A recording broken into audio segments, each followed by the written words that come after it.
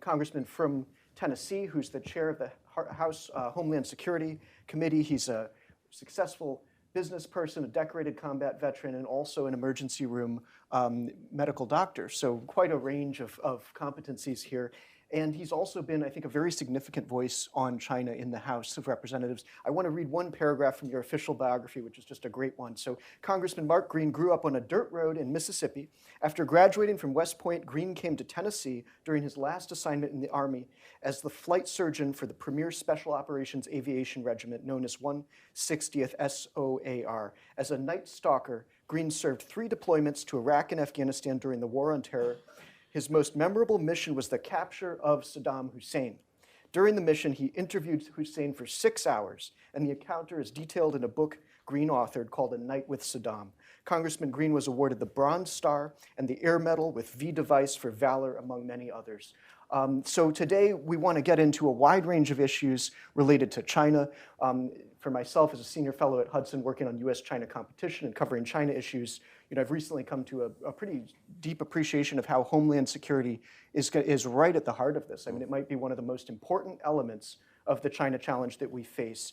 And the Homeland Security Committee covers cybersecurity, infrastructure protection, border security and enforcement, emergency management and technology, counterterrorism, law enforcement and intelligence, oversight, investigations and accountability, as well as transportation and maritime security. So we have a lot to cover. Yeah, there's a lot in there, that's right. Indeed, but first I'd like to ask you something that I think is on a lot of people's minds, and I'm getting this question a lot. What can you tell us about the drones flying around New York and New Jersey? I'm sorry, I just have to ask. No, it's great. Well, the problem is that we can't tell you a lot. I mean, we know for a fact that some of it is manned aircraft. We know that there are drones that are legitimately out there. And we also know that this sort of news has got everybody looking at the skies now and seeing things that maybe they wouldn't have noticed before that were probably manned aircraft, things like that. We also know that there are drones that we don't know about. And when the DOD or the DHS says, we have no evidence that it's a foreign entity or some criminal activity, that means they don't know what it is. And that's not good enough. Just last week, the FBI arrested a Chinese national who flew a drone over Vandenberg Space Force Base. Was trying to leave the country when they actually arrested the guy. So tying this to China, we have clear indications they're flying drones in the United States over our sensitive sites. So we need answers, we need them fast. I have a bill right now in Congress. It's been challenging to get it done because it crosses 3 different jurisdictions in the House: Homeland Security, Judiciary, and Transportation, because the FAA has something to say about what happens in American airspace. But one thing that's really important to know is that NORTHCOM right now has the authority to shoot these things down, just like it did the spy balloon, the Chinese spy balloon. And yet we don't have a drone. And if you really want to find out what's going on with a drone, you catch it, you download, you hack it, you download its flight path, you get all the data, and you trace back to where the remote was flown from. Until you have the drone, at least in the non-classified space, you don't have the data. So, big question mark, really, unfortunately, and that's not acceptable. Something else that's not acceptable, the military knew about the Chinese spy/weather balloon well before it got to Montana. But an American with a camera caught a glimpse of it, and that's how we as Americans found out about it. They've known about these drones since early November, and we found out about it. Why? Because someone went out with a video camera and told us. And I don't know if you saw Governor Hogan's video.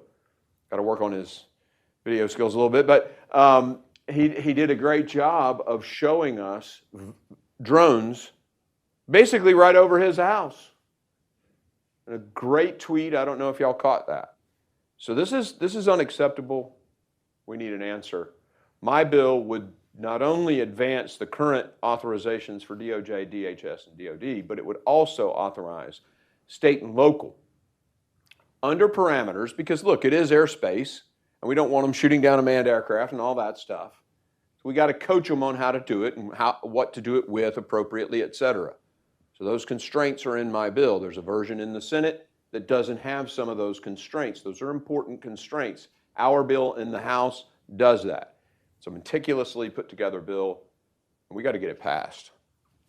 Okay, thanks. So still a big question mark. Yeah, big question mark. We gotta touch on that one. But bottom line, when it comes to China, we have cybersecurity, critical infrastructure, drones, ports, fentanyl, border security, a whole lot. And I want to get into all of those in the course of our hour. But first, I'd like to ask you to give us your own overview of the China threat, the challenge posed by China, and the way in which Homeland Security fits into the overall strategic competition with the Chinese Communist Party. Well, first let me say, and I should have done this on my first question, thanks to the Hudson Institute for having me. And your book is a seminal work. Thank you. Oh, yeah, I know you've had a couple, but Decisive Decade is excellent, and if you haven't read it, you need to read it. I put it up there with 100-Year Marathon. I mean, another Hudson fellow, right? Michael Pillsbury. If you haven't read that book, Decisive Decade, you need to get it and read it. Thank you. The threat. The best way to look at the current leadership of China is to go back and study the Qin dynasty. It's a legalistic, authoritarian regime that is influenced by the imperial history of China as well as the communist ideology. And they are ruthless in their own country. And they adhere to that Sun Tzu maxim that two tigers can't live on the top of the same mountain. And so their goal is to unseat the United States as the sole global superpower, period. And they have invaded our infrastructure, which is under Homeland Security, protecting power, water, dams, all those things that are really important, critical infrastructure. The Department of Homeland Security has the responsibility of protecting. Volt Typhoon got into all of those and puts us at massive risk. The telecommunications, of course, CISA has this unique authority to protect the .gov domains. Now, DOD and Cyber Command, they handle their own, but the rest of the government, CISA is sort of responsible for, as well as assisting our private sector. We're in this massive transition in the United States between the paradigm that our private sector will protect itself and how in the hell can we expect Microsoft, Google to protect themselves against a nation state? And that's what they're going up against now. And so I'm pushing this notion that no, that is a sovereignty of the United States, a border of the United States, and it must be protected, and we have to help. The government has to partner. And CISA has currently the role of doing that, and that is gathering information on vulnerabilities, sharing vulnerabilities to the industry. But industry also has a responsibility here, and this is also part of Homeland Security. I had Microsoft come before us. I've had CrowdStrike's leadership come before us and say, what the heck, your failure with some basic principles resulted in the compromise of government officials' emails in the case of Microsoft. In the case of CrowdStrike, the way you did your update screwed over the system. Now, it was a training exercise of a certain extent, prepared us for what it might look like if all these critical infrastructures were compromised by a cyber attack. But look, the threat is real.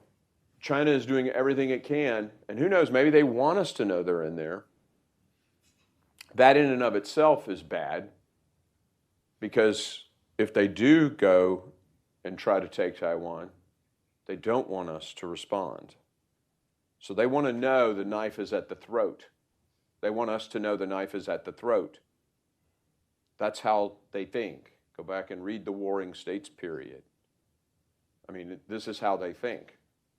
And so they would rather not fight the battle and show you that they are positioned with the ultimate weapons.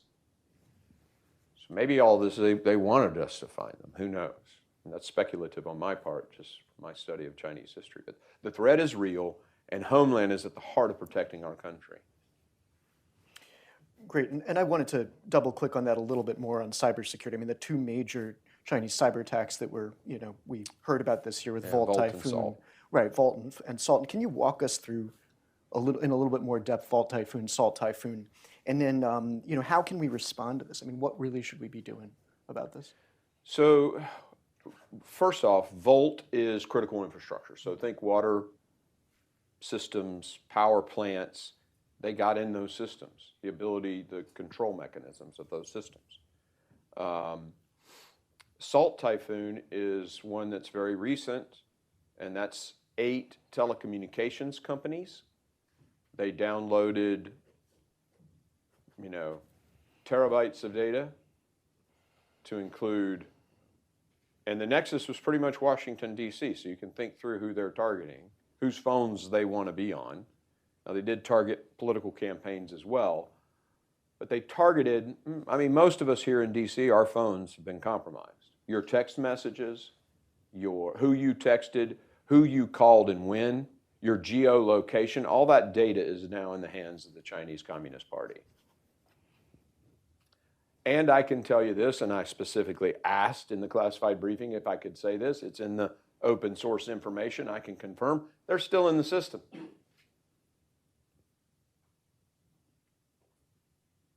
So, Volt, Salt.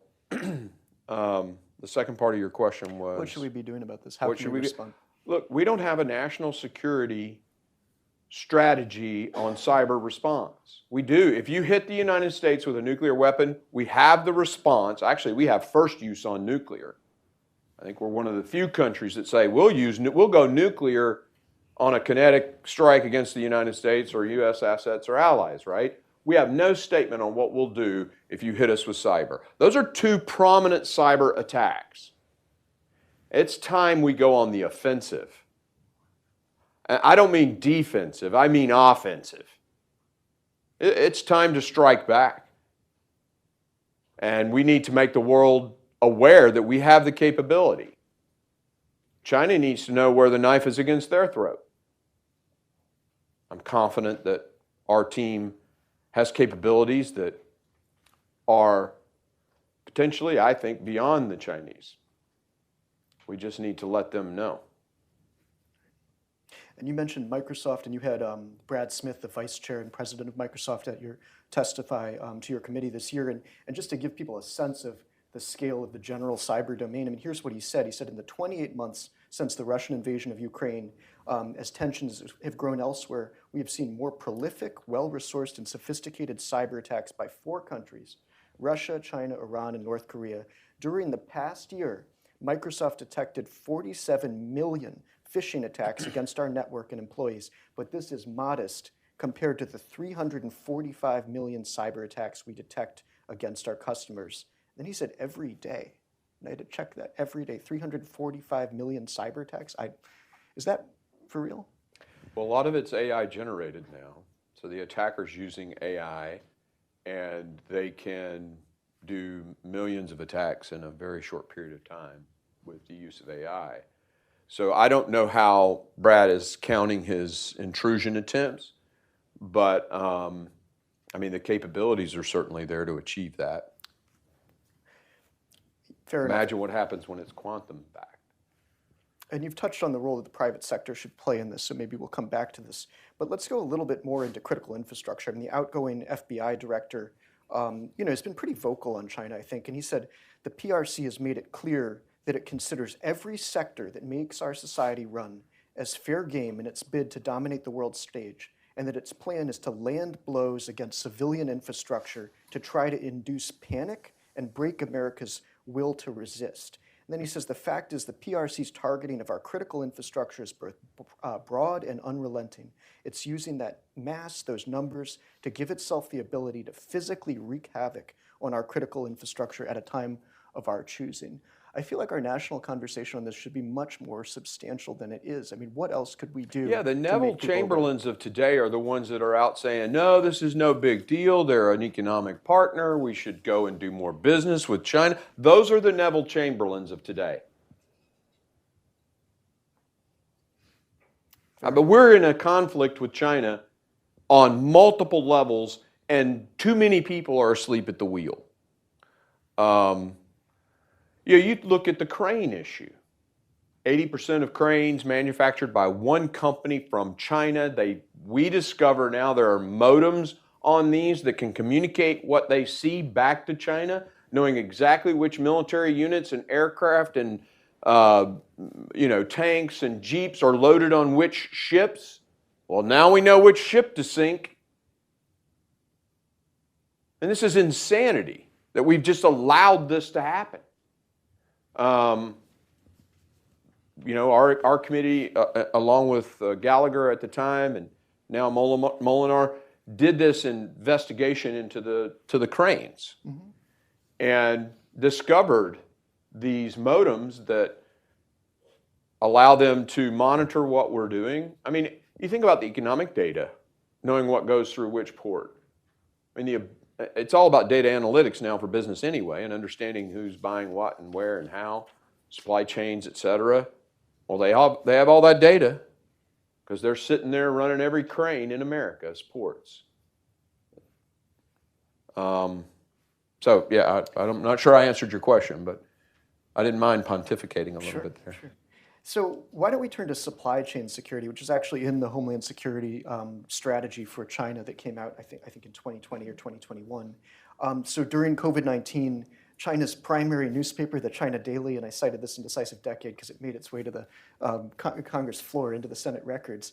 The China Daily threatened to, quote, plunge America into the mighty sea of coronavirus by withholding life-saving drugs from the United States. And then the CCP also nationalized the control and production of medical supplies in China, including factories that are owned, and I put owned in quotes, by US multinationals like 3M. So, where is Homeland on this issue of supply chain security? I mean, what can we do to accelerate this? How can we deal with things like pharmaceuticals, which we know are incredibly important? And then also, we could touch on critical minerals or other areas that you're looking at. Sure. Well, first, I sit on foreign affairs, and most of this stuff is foreign affairs, not so much Homeland, because it's trade related, and there's a subcommittee on international trade in the Foreign Affairs Committee.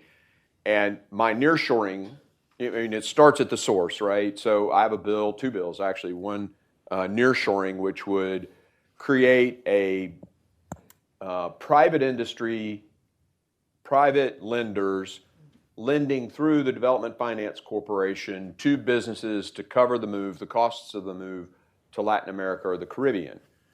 For those industries where the labor costs would be, it wouldn't fit the business model if they came to the U.S. I have a second bill that would incentivize businesses to come to the United States by expensing the cost of the move 100% year one, which would be a massive incentive to business to come back to the United States, again, where the business model works and the labor costs inside the United States. But we have got to start there, and that's where we come in with the private sector and say, look, yeah, you can make money, but we need you to think about your country and put we before me, the country before your, bottom line here, and start manufacturing in places like Guatemala, Mexico, Monterrey, incredible high-tech sector in Mexico. If you can't afford the American labor force, build in Latin America, shorten the length of the supply chain, and then create jobs down there that might decrease pressure on our southern border. So nearshoring is a great solution to a lot of different problems. And then in the transit, the port systems, we already talked about that issue with the supply chains. We can't allow them to have the data or to control the cranes from remote. Just can't do that. Right. So those are some of them. Yeah, and on the cranes issue, and ZPMC, which is the company that makes the cranes, it's actually a subsidiary of China Communications Construction Corporation, right, which is the main Chinese SOE that builds the Belt and Road. And I That's right. pointed out in China's Vision of Victory that that was also the company that built the militarized island. So we're really dealing directly with one It's of the the nastiest. CCP. Yeah. So, and at the same time, what our private sector was saying about the cranes was that they have no alternatives in the U.S. And I guess your bill, the Western Hemisphere bill, is meant to address that and other issues. You know, so let's get to the chips, because that's probably the biggest one, right? I mean, 92% of high-end semiconductor chips are made in Taiwan. That's a huge risk. So we, as Congress, I think 2 years ago, passed the CHIPS Act. And that's a federal expenditure of billions of dollars to incentivize companies to make chips here at home. Those plants are in construction. They're probably midway through the process at this point. We have to do that for any number of industries. Now, again, we're broke as a country. We've spent a ton of money. We have deficits that, are not that nauseating when you think about them. But we've got to protect our national security. That is the Constitution's prime directive, I guess. And so we've got to figure out solutions on how to make these. We do have friends who make cranes, right, in the Scandinavian countries. Mm-hmm. We also need to be able to take the cranes we have very quickly and disable the ability to communicate back. And so there are bills out there with directing task forces to assess how to do that in the near term, and in the long term, we have to buy cranes from people who are friendly. Right. So essentially a rip and replace. When it A comes rip to and replace, ultimately. But I mean, you can't replace 80% of our cranes, in a day. Mm-hmm. So we need to disable the ability for the current ones to talk back home. Mm-hmm. Fair enough. Okay, and let's go to fentanyl, which I think is one of the issues that even for those of us thinking about CCP grand strategy, I mean, this is sort of a real awakening as to what they're doing to this country. The way I look at it, I mean, not even the Soviets would have done something like this. I mean, the House Select Committee on Strategic Competition with the CCP released evidence earlier this year that demonstrates Beijing's complicity in subsidizing fentanyl precursors, and the fentanyl crisis has now claimed over 500,000 American lives. Is that accurate? That's about right. That's yeah. right. It's just under 100,000 a year. A year. Okay, so more than the total deaths in the Second World War, on an annual basis, more than the killed in action from both Vietnam and Korea combined. And here's what the report says, which is the PRC under the leadership of the CCP is the ultimate geographical source of fentanyl. The Select Committee's investigation has established that the PRC government has directly subsidized the manufacturing and export of illicit fentanyl materials and other synthetic narcotics, and given monetary grants and awards to companies openly trafficking illicit fentanyl materials and other synthetic narcotics. I think this goes way beyond the scope of strategic competition. If anything, it sort of changes the nature of this problem with the People's Republic of China, at least in my mind. But how do we counter this? What can we really do about this? In terms of holding Beijing accountable and beginning to combat this epidemic for real? So that's a big question with a lot of pieces and moving parts, right? From the demand side to the supply side. And on the demand side, obviously, we have seen a decrease in fentanyl deaths because we've educated young people that you don't take an open drink at a bar. You watch how drinks are mixed, for example. When someone says this is an Adderall at a party, you don't trust that, right? So as we've educated the youth, there's been a decrease. We obviously have to rehab people who are sick, and those things have to happen. So on the demand side, there are things that we can do inside as a country, and we should be doing those. On the supply side, I mean, we should take offensive sanction actions against China. Look, that's the most surveilled state in the world, and they can't find who's making the precursors and sending them to Mexico. That's a farce. They know who's doing it, and in many cases, they are directly subsidizing those entities. So they're complicit at a minimum or they're actually participating in the death of Americans and the disruption of the base family unit. Remember, you have to go back and think about how China wages war and really go back to spring and autumn, go back to,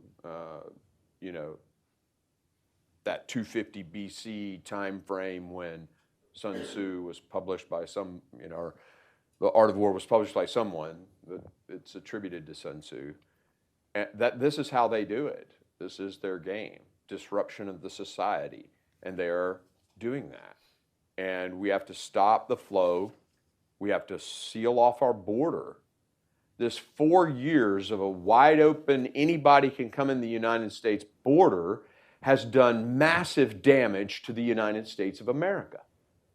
There were like 27,000 Chinese nationals who came across our southern border in FY23, 30-something thousand in 24,000 in 23, 37,000 in 24. 80% military-aged people, and I am able to tell you many with ties to the CCP. If you look at the 10 years prior to that spike, the largest number was 1,800 in a year. This is a planned strategy of the CCP. And Joe Biden and Alejandro Mayorkas have facilitated this. If you want to deny that, then put the blinders on and be Neville Chamberlain. But this is where we are now, and these 60,000 people are somewhere in our country, maybe driving drones. Let me ask you a little more about the southern border. It's a question I got a lot over the last year and a half, maybe 2 years, but the military-aged Chinese nationals coming over the border. I've heard a few things in a sort of off-the-record context that were pretty concerning about what people in that category were doing once they'd gotten into the United States. But I think there's generally been a lack of publicly presented evidence on this subject. Ties to the CCP, ties to the PLA, activities in the U.S. It would probably be helpful to start to share some of that, make that clearer through evidence. And why are we not doing that if there's anything there? Or can we? The Wall Street Journal published an article, I think it was as much as 3 years, or no, they were saying that over the past 3 years in the article, over 100 instances of Chinese tourists storming military installations with cameras. You've seen the mass, smash and grabs in the Louis Vuitton store, right? Imagine that with cameras and Chinese tourists at a military installation, all with cameras taking pictures of everything. That's in the Wall Street Journal. That happened, according to them, 100 times plus. You got the drone pilot. You got this lab that the FBI still isn't talking to us about that was found in California that had multiple different biohazard biologics. You've got the New York City police station. You got the Houston consulate that was caught shredding and burning secret documents. Look, China wants to take America down as the global superpower. We're in a conflict with China. And we just aren't waking up. These facts are here. And yeah, thank God for books like yours and Pillsbury's and others who are trying to get this in front of the American people, the Hudson Institute, having a discussion like this. This is incredibly important to understand that your cell phone has some Chinese infiltrator and espionage going on right now. And, I've got to ask you about TikTok. We're approaching the deadline here. We've just seen Shochu down in Mar-a-Lago, but bottom line, we've had a litany of national security leaders testifying to the threat posed by this app, when it's under adversary control. But also the company has sued the U.S. government based on laws that have passed in Congress. So, a question for you: do how are things looking as we move towards the deadline in January? And also, do you expect more use of the U.S. legal system against the U.S. government by companies that have strong China ties or are directly owned in various cases? Certainly, they will continue those lawsuits. I mean, they'll use our own system against us. That's a no-brainer. The threat with TikTok and really understanding it, it's sort of twofold from my perspective. One, it's shaping the minds of the youth, right? So here we are talking about all these threat things. Meanwhile, TikTok's telling these guys in sort of that Jedi mind trick thing, China's fine, China's fine, China's fine, China's a friend, China's a friend. And if you have enough of that, you have people who are like, well, China's a friend. What's Green saying? What's Jonathan saying? So there's that piece of it, that whole disinformation propaganda war, psychological operations battle. But there's also things that are much more subtle. Let me give you an example. There's a 12-year-old doing a ballerina dance, and she may be president someday. And maybe there's something in the bottom right corner of her video that would compromise that. She's a China hawk. So they go to her in a back room and they say, we're going to let people know about this video that you did when you were 12. So you have to think about how spies work. Think about how espionage happens. And it could be more compromising than just a ballerina video, right? It could be some image you texted, because now they are in our phones, your girlfriend or boyfriend. And how would you like that being broadcast on the news? Would that cause you just slightly to adjust your verbiage on China? Are you willing to pay that price personally in order to do the right thing? TikTok is dangerous. And it's fascinating. When he came before ENC, I watched the hearing. Nobody asked the question, where's the source code come from? Where do the patches to repair the source code come from? So I sent the guy a letter after. I said, look, I'm chairman of a different committee, and I have just as much power. I can do this under subpoena, or you can answer me now. Where does your source code come from? Where does your patch come from? His answer, we're an international company, and our code comes from all over the world. Does it come from China? Yes, some of it comes from China. So the back door to all the data. They invaded our AT&T. Tell me they're not downloading the data from TikTok, a Chinese-tied company? So I have one more question because we're reaching the top of the hour, and after that, maybe you have time to take a couple of audience questions. But I just want to broaden this out beyond China a little bit, but in the context of CCP strategy. I mean, we know that Beijing enables a wide variety of adversary states in its global grand strategy. I mean, they're supporting Putin's war in Ukraine. They're supporting the Iranian regime and its proxies, essentially through investment and trade in the Middle East. And, all of these actors are sort of clear elements of their strategy to fight the U.S. and our allies. But how do you see these forces sort of converging in the context of Homeland Security? I mean, our main adversaries, China, Russia, Iran, North Korea, are they working together in ways in which, sort of come across the Homeland Security portfolio? So are they colluding? Is your question, are they colluding? Well, in the sense of, are they colluding in ways that affect the homeland as opposed to the broader general, offensive strategies they have? Well, they're doing some of the same things. Iran hacked a dam. Mm-hmm. They used ransomware and hacked a dam, I think, in New England somewhere, maybe Connecticut. North Korea is mostly intellectual property theft, ransomware stuff, but they're also involved in infrastructure.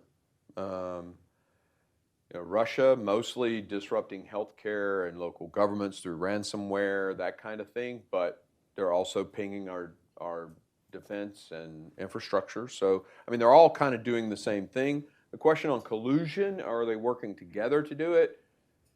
I don't have anything that I could share in this forum on that regard. Fair enough. Okay, thank you. And why don't we take a few questions from the audience with our remaining time? And you'll state your name and affiliation. Why don't in the front row here? Hi, my name is Rebecca. I'm affiliated. Thank you. I'm curious what your top legislative priorities are regarding China next year and how you see this fitting into perhaps the House's China agenda more broadly. Yeah, so when you drill down to my responsibilities on Homeland, right, and in the sort of battle between us and China, I think our greatest issue is our cyber workforce. We have 500,000 to, you hear all these different reports, anywhere from 500,000 to 700,000 vacancies. Director Wray, when he came before my committee on the worldwide threats, I think it was last year, said that if he took every single cyber person he had and put them on the China desk, China would still outnumber us 50 to 1. So I think our greatest, look, in the broader sense, the big challenge between us and China is over talent. And if you go back to the Confucian model and sort of how they managed talent, you had to take a test to work in the government. I mean, they get the concept of talent management, right? We, as a nation, have got to start thinking about that too. For example, International Space Station. You know, we're unplugging from that. And someone in the Senate the other night lined through always keep a man in an American in space, right? On a bill. That's bad. Because all that brain power then just goes, China has their own, you know, space station. So why would we let them have all that talent? On cyber workforce, I have a bill called the Pivot Act. We passed it out of committee. It probably won't get done this week. We're sort of focused on a CR right now, but it'll be one of my biggest priorities next year. And what that is it's an ROTC-like program that pays for kids to get technical degrees or four-year degrees. You can actually be in a career and choose to pivot back to cyber. So it'll take care of midlife folks that are anyone who wants to come back and get a cyber technical degree, pays for their education, and then they owe the government. Right now we're paying anywhere from $150,000 to $200,000 for specialists to do cyber work, consultants, right? When we could pay an employee $90,000 and they're paying back their education, and the ROI is positive for the country, right? We've got to fix the pipeline. And so the goal is to get to 10,000 graduates a year in the Pivot Act, and that's probably my biggest legislative priority when it comes to contending against China. All these other things like fixing the cranes issue, task forces looking at telecommunication and stuff like that, that's important too. But on the grander scheme, talent management, competing with China on a global scale, this is about workforce, and particularly in my purview, cyber. Madam in the purple sweater. Yes. Hi, my name is Kushbu. Yeah, and state your affiliation. Hi, my name is Kushbu. I'm an journalist with SCMP News. My question is regarding TikTok, and we saw President-elect Trump saying that it's close to his heart. And he also said that China and US together can solve all of the world's problems yesterday. How should we understand those statements in respect of what can we expect the next administration to do on China? And how can we see Congress and the next administration tackling China together in the years to come? So there's it may sound like duplicity, but the Scowcroft Center came out with a pretty good strategy on how to handle China. I think it was 3 years ago or so, and it talks about those collaborative areas that we should move forward. And so the president is absolutely, I agree with him on this. There are areas where we should collaborate, move forward on. There are areas where we have got to recognize that they're, trying to unseat us as the global hegemon. And so let's approach that as, I've sort of indicated throughout the bulk of this talk. But where we can collaborate, we should collaborate. Where we contend, we need to contend. And we need to do so aggressively. So I would say sometimes it's going to sound like we're saying two different things, but if we are careful about what we collaborate on and careful about what we contend on, I think that's the step forward. His actual book is really good about the direction for the next decade. So again, I would read his book. Let's see, in the back, George Washington. And I'm not getting a share of the cut there. But I appreciate it. Yeah. It's kind of. Thank you, Congressman. I'm the international student from Taiwan, also studying at the George Washington University Elliott School of International Affairs. I want to ask one question that all of the Taiwanese people right now, 2024, is very wanting to know from the U.S. government. Is that we all know that we facing a threat and also the danger from China, and anytime they can intervene us. So my question is that, will the U.S. military come to Taiwan if we really get intervened from China? Thank you. So will we come to defend Taiwan? So the strategy of ambiguity has worked pretty well. So I'm going to leave that ambiguous, but I will tell you, we just gave you Typhoon missiles. So you're going to have to read between the lines, sorry. Do we have time for one more? Yeah, sure, I think so. I mean, Okay, great. I got another several minutes. Oh, great. Okay, great. Madam in the back. Hi, my name is Tara McKelvey with Radio Free Asia. What do you think about the China initiative, and do you think it will be reinstated? Okay, so those words mean different things to different people. There's the 2025, there's the, are you talking about Belt and Road? Are you talking about all of that together? What do you mean by China initiative? It's the Department of Justice. The Yeah, DOJ's exactly. piece. Oh, on our side, not their side. Yes, I think you'll see that instated. Gentleman in the back on this side.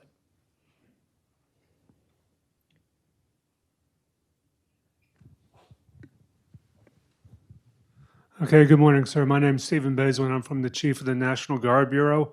I am wondering, you made the comments about military-age males coming across the border, and I'm wondering if you can speak a little bit more to that as far as, do you think that the PLA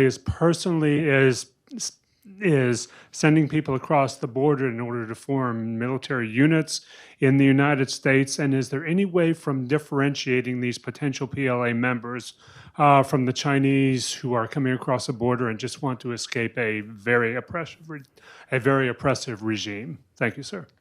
Well, it's really hard to know intentions because of the flow of migrants created by opening the gate, opening the door. The questions at the border went from 40 questions and vetting to 5. So all these people got 5 questions instead of 40 questions on the vetting process, right? This is all, so we don't know.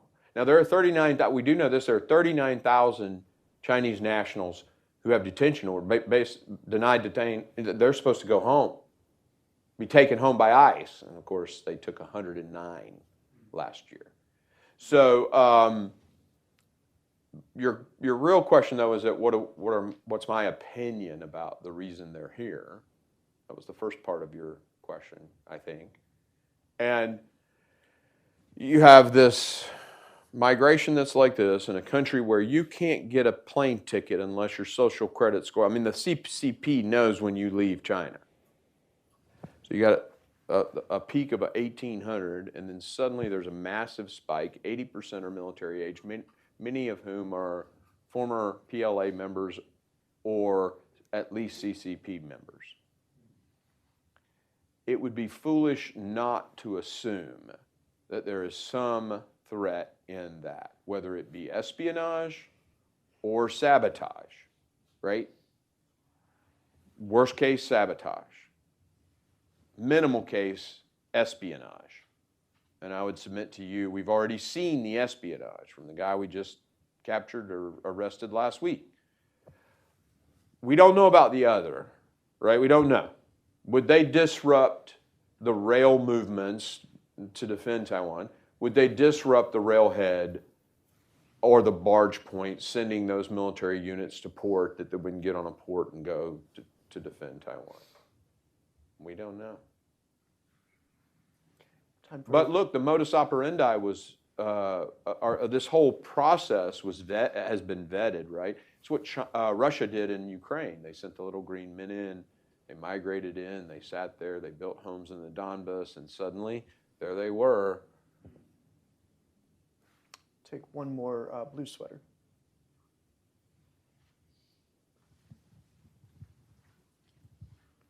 Hi, my name is Natalia. I'm a student at the University of Florida. You discussed nearshoring priorities in Congress. Go Gators. And shortening supply chains by encouraging companies to produce in Latin America. But China does have a presence in Latin America, whether their involvement in the Chancay port in Peru or they're funding railways in Mexico. So what do you foresee a strategy looking like when encouraging American companies to produce in Latin America?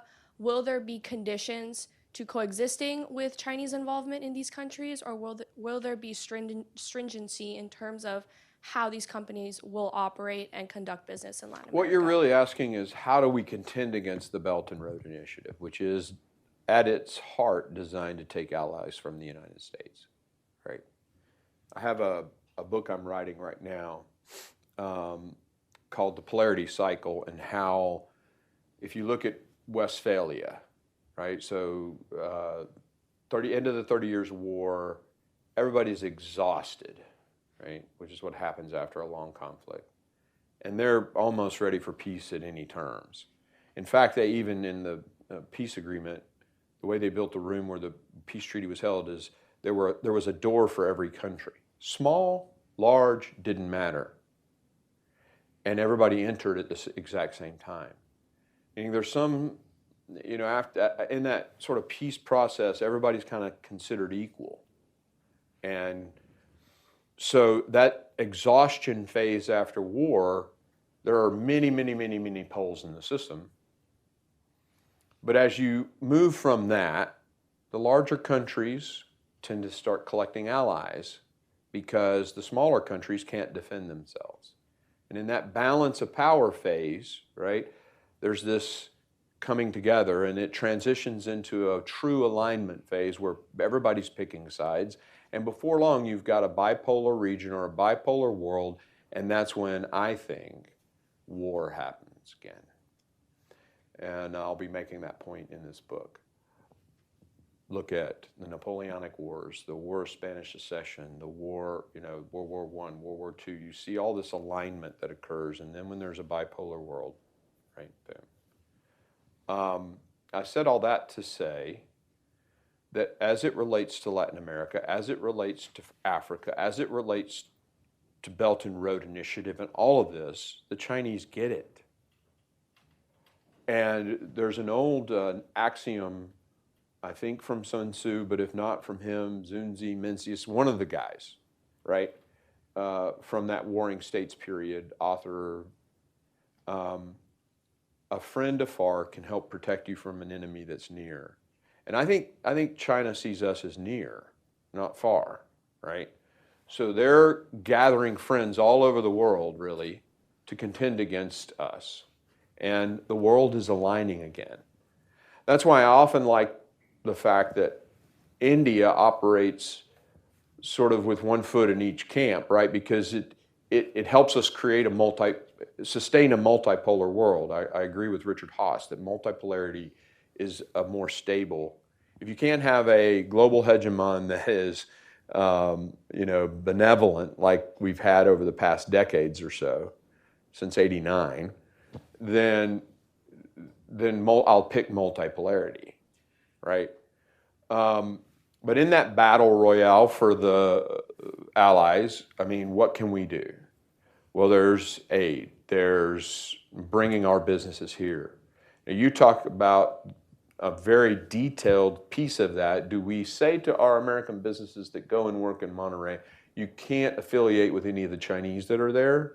Well, that gets really difficult, right? Right now, the drones that are made in America, these are the ones made in America, still have parts made in China. So, splitting those hairs, and I think that's a very hard question to answer and would be very difficult to achieve. That doesn't mean we don't try. But we're in a battle for allies, too. We're in a battle for friends. And we have to do everything we can. I mean, there are initiatives in Congress right now to create this prosperity security initiative for Latin America that would, in some respects, look a little bit like the Monroe Doctrine resurrected, which you have to be very careful about that, right? But we want to see Latin America be successful. We want to see them us be a good neighbor to them be a good neighbor to us. We want to make sure that we're not losing in that battle for allies as the world becomes bipolar. So I don't know if that answered your question, but your question was very specific. I want to talk about the general because getting to the specific is harder, but you're right, we got to get there. Okay. Well, thank you, Congressman Green. Yeah, Thank you, Jonathan, everybody. thanks I think for having me. the key thing here is, as you mentioned, an adversary that's near, not far. I mean, that's been the main takeaway I've had in recent years in the U.S. I mean, despite being a sort of scholar of Chinese global strategy, I mean, what they're doing here, whether it's cyber, whether it's fentanyl, whether it's critical infrastructure, whether it's United Front Work Department, or just, I mean, there's so much activity going on here that it just seems very clear that Homeland Security must be one of the key pillars of a successful U.S. grand strategy to actually overcome this challenge and win the entire picture, which is what we're going to have to focus on doing. So thank you for your work in Congress and your voice on this issue. And you know, we'll continue to prioritize and study these here at Hudson and beyond. So thanks so much. That sounds great. Thank you for what you're doing. Yeah.